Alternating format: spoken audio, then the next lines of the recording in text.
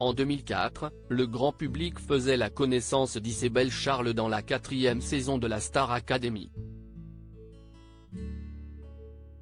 Originaire de Nancy où elle a appris le chant et l'art lyrique et après avoir reçu une multitude de prix, elle a été recrutée par TF1 pour devenir la nouvelle professeure de chant de l'émission, en remplacement d'Armand Altaï. Elle arrive l'année où Grégory Le Marchal participe et remporte la compétition avant de succomber à la mucoviscidose 3 ans plus tard. Lors d'une interview accordée au journal La Montagne, Isabelle Charles s'est souvenue de cette période et, au milieu de quelques confidences sur le côté scénarisé de l'émission, elle a exprimé sa peine de ne pas avoir été appelée à redevenir coach l'année suivante. J'ai été déçue de ne pas refaire une deuxième saison, car l'année d'après, ils ont tout changé, a-t-elle déclaré.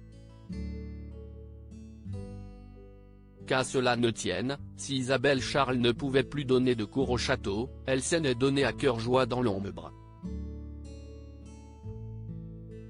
Pour ce faire, elle a entrepris de créer une école de chant conventionnée en région parisienne.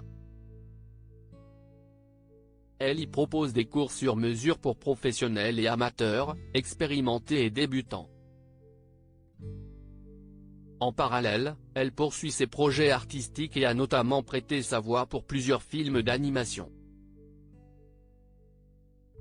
Sur sa page YouTube, elle s'amuse également à doubler des personnages pour le plaisir comme celui de la sorcière Ursula dans La Petite Sirène ou encore Madame Mime dans Merlin l'Enchanteur.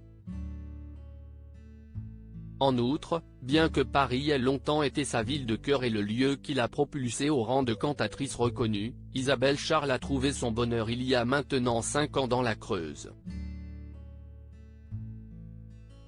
Elle y est devenue une star locale grâce aux concerts de Noël qu'elle organise dans plusieurs églises du département.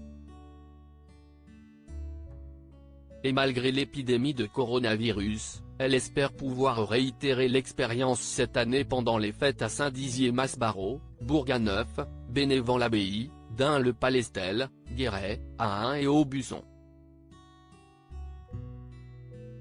Enfin, Isabelle prépare un spectacle pour l'été prochain, toujours en Creuse, autour des chants d'oiseaux de nos campagnes.